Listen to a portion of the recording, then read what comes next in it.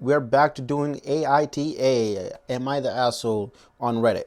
If you have seen these, they are very fun to talk about and run deeper because these people, you will not know who they are, but they have much deeper story to talk about.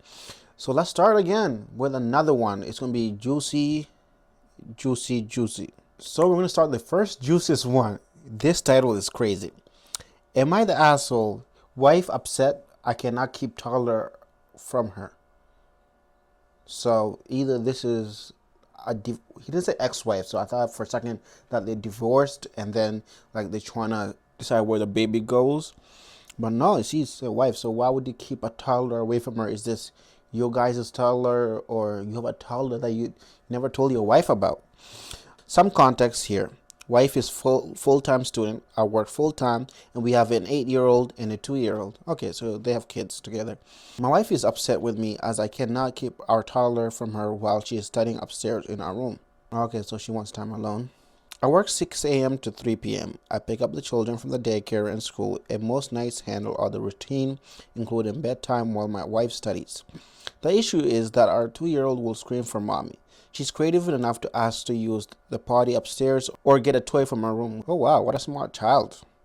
Once she's upstairs, she screams and bangs on mom's door until I peel her away. We live in Canada, so taking them outside for hours as a distraction not currently a viable option. Okay, I'm going to trust you on this one that your toddler is this smart because it seems like I don't think a toddler is that smart. So it seems like every time she wants to use the potty or something, you have an excuse to put her upstairs so the wife will hear and she can take the toddler away from you. But I'm going to trust you. The contention comes from the fact that my wife could study at her mom's 5 minutes down the road or remain on campus and study there, but she chooses to always study at home. Okay, so there are options. Now I'm not biased. Never mind. For a second, I was like, okay, is this man trying to trick us? Is he just trying to be on our good side? But it seems there are viable options. Doesn't mean I don't know if she should take them or not. But let's hear more about the story. I'm stressed with the fact that my toddler will constantly scream for my wife when she knows she is home. But when my wife isn't home, she understands that and is much less fussy. Am I the hassle for telling my wife she needs to stay away from the house when she's inaccessible? I need perspective, please. Edit. I do have a baby gates installed in all the junctions of the house. The only toilet in our house is upstairs beside the bedroom. And 2-year-old is the process of a potty training. Okay, so it's not that, okay. So it's not the child is asking to use the potty upstairs, but only upstairs has the potty. Okay. Another edit for context. My wife does the morning routine with the children, feeds them, does the older child's lunch, gets them dropped off at school and daycare. I'm on the pickup evening and night routine. We also split nighttime wake up, so that's all fair and dandy. My wife also spends the time she can with them, but her program requires extensive study. Before I read the comments, okay, are you the asshole? I'm going to give you the full benefit of the doubt and say no because it seems that you're trying. Okay, it seems you're both trying. Like you guys are sharing the responsibility as you should because you're both parents of these kids. You're taking your time on top of your full-time work and full-time study to take care of these kids, as you all should because you guys are parents. You decide to be a parent, and whether she decided to go to school after being a parent it's going to be hard. We all know it's going to be hard. If there is a viable opportunity or if there's a way to make taking care of the kids easier, if you know there's a distraction or if you know that it's causing you it's causing issues from achieving your goals such as studying or working, and you have a way to move away from that, you should take that.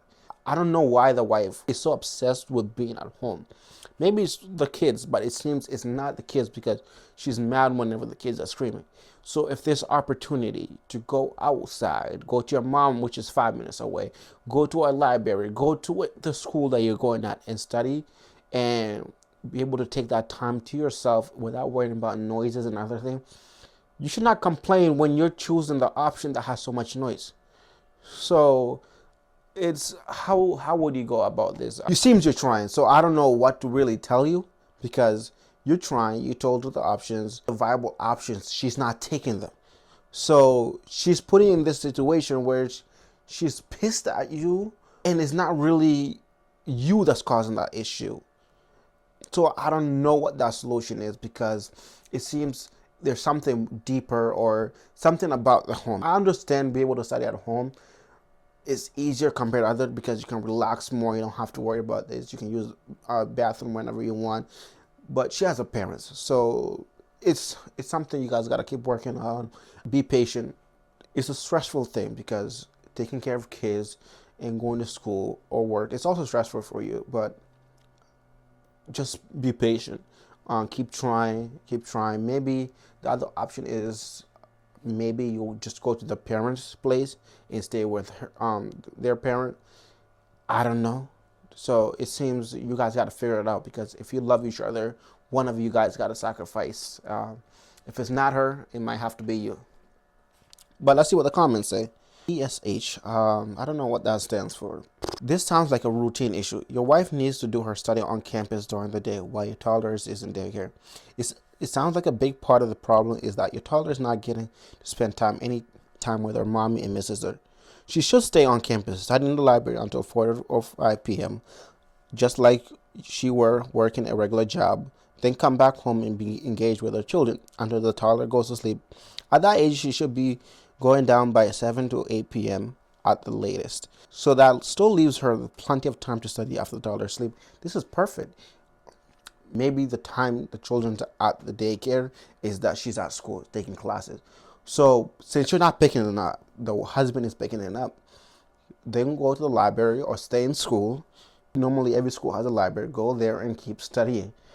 And then after you're done, 5 or 6, go back, see your toddler for a little bit, because based on this, I even missed it, is that you're not spending time with your kid. And your kid will miss you when they even see you, when they see you dropping them off. So they know you're there. They see you studying. They see you dropping them off, but they don't spend quality time with you. This is not good. You gotta find a balance. It's not just your husband not gonna try better. You also gotta try better, because this is a relationship. This is a family. It's stressful. Studying is stressful, and but so is working. So you gotta find solutions to this. You can't really put this all on your husband. Kay Grimburn said, putting a party downstairs, toddler has no reason to go upstairs. They can play with the toys already down until wife is done. Problem solved. That's another solution too, that the husband can also put a party downstairs and find a better solution, so that the kids don't really have to go over there. Whether that solves a bigger issue, it might not be, but at least that will quiet down the kid or stopping the kid from going upstairs. So next one. Am I the asshole for clearing out my ex-boyfriend's childhood room in the home where he grew up? But why would you be the one have to clear up the room? I moved in with my significant other of 2 years after my pay was reduced in February due to everything that's been happening, and it didn't make financial sense for me to live in the apartment anymore. My significant other asked me to move in with him, so I took up this offer. My significant other is my ex-boyfriend's dad. Whoa! My significant other is my ex-boyfriend's dad. And I'm now living in the home where my ex-boyfriend grew up. Are you serious? Nah, this is crazy. Okay. My ex doesn't visit the house at all. I suggested to my significant other that we should move everything out of my ex's childhood room. Let me use it to store some of my stuff, and let me use it as a personal office, lounging room. Golly. I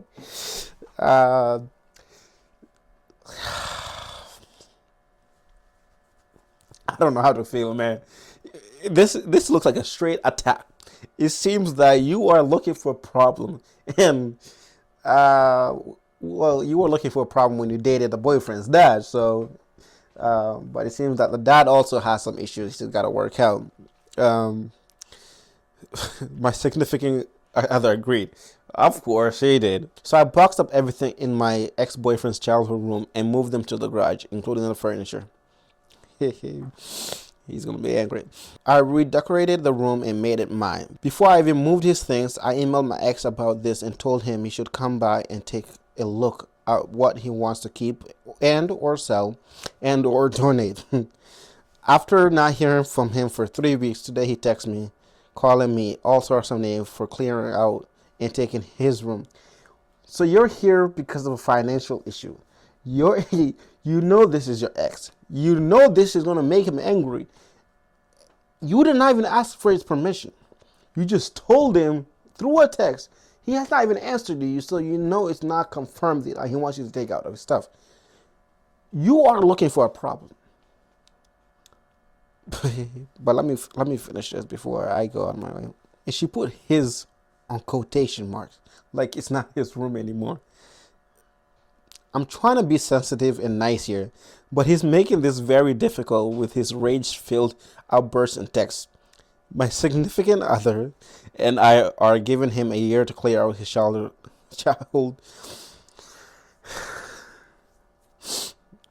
My significant other and I are giving him a year to clear out his childhood stuff from the garage before I donate everything. Neither my significant other nor I feel clearing out his room was inappropriate, but my ex is melting down in tantrum-filled rage. Why does my ex feel like he owns his childhood room when he doesn't even visit? It's very sad and bizarre. First of all, you moved it to the garage, and now you want to sell it. If you're using the room that he's lived in throughout his childhood, it has not been moved or changed before you came here. Even within the relationship of 2 years that you were dating his father, the father still did not change it. The ex-boyfriend still did not change it. Then you come in, someone that needs a place. Yes, I know now this is your boyfriend. I don't know why I keep calling significant other. Now you live here. Oh my gosh, this woman. Then okay, you decide to clear it. That's one issue, you cleared it. Now you're forcing him to sell or collect the stuff. If he wanted these stuff in the first place, he would have taken them. Maybe he just doesn't have his space and he just has to keep them there. These are sentimental values of someone. This is a childhood memory. You know how many families or how many parents do not even touch a single speck of their child's room. It will be there forever. All they do is come clean, change the sheets.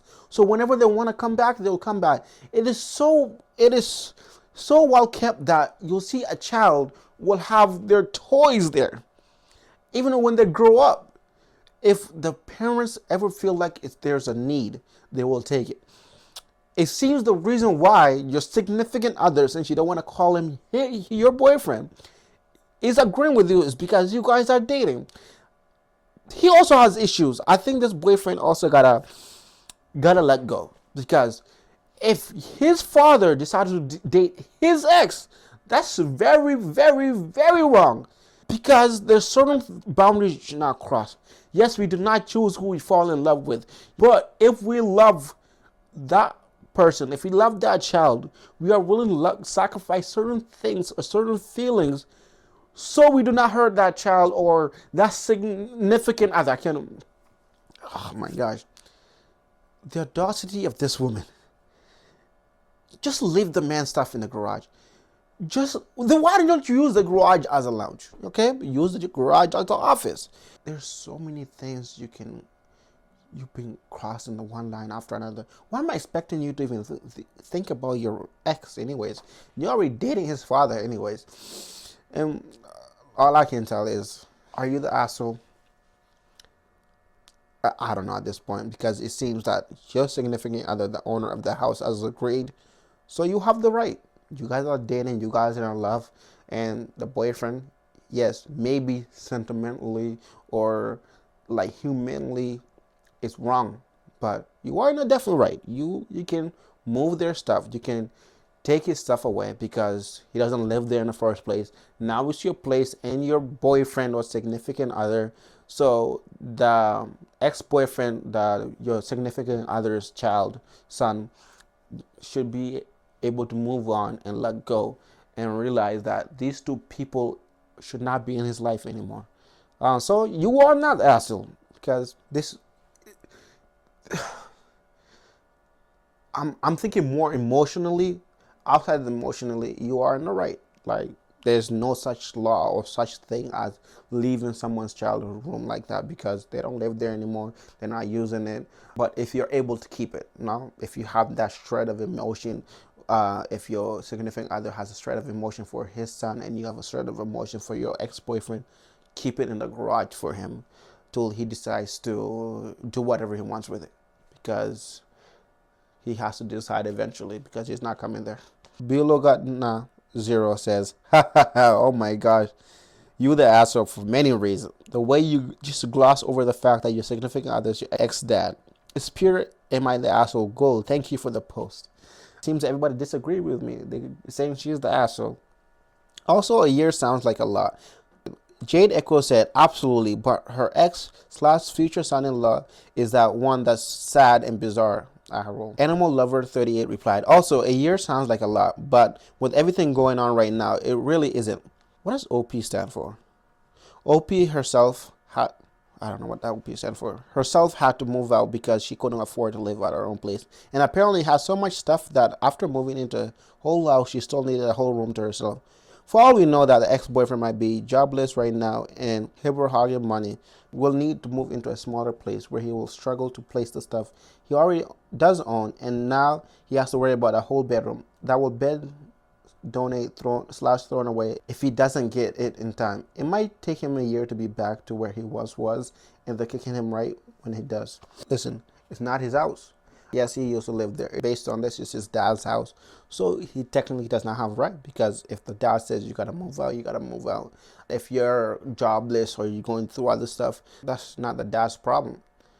Because let's say he raised you, now you can take care of yourself. So as a dad, as a parent, you shouldn't be nice to your kid, but it seems like the dad doesn't care. I don't it's a terrible dad, but we can't force other people to be nice to their own children. We can just be grateful that they raised the kid long enough that the kid can take care of themselves. I can't do another story right now. Thank you so much. Like the video if you like this video. Please, am I have a good day, guys.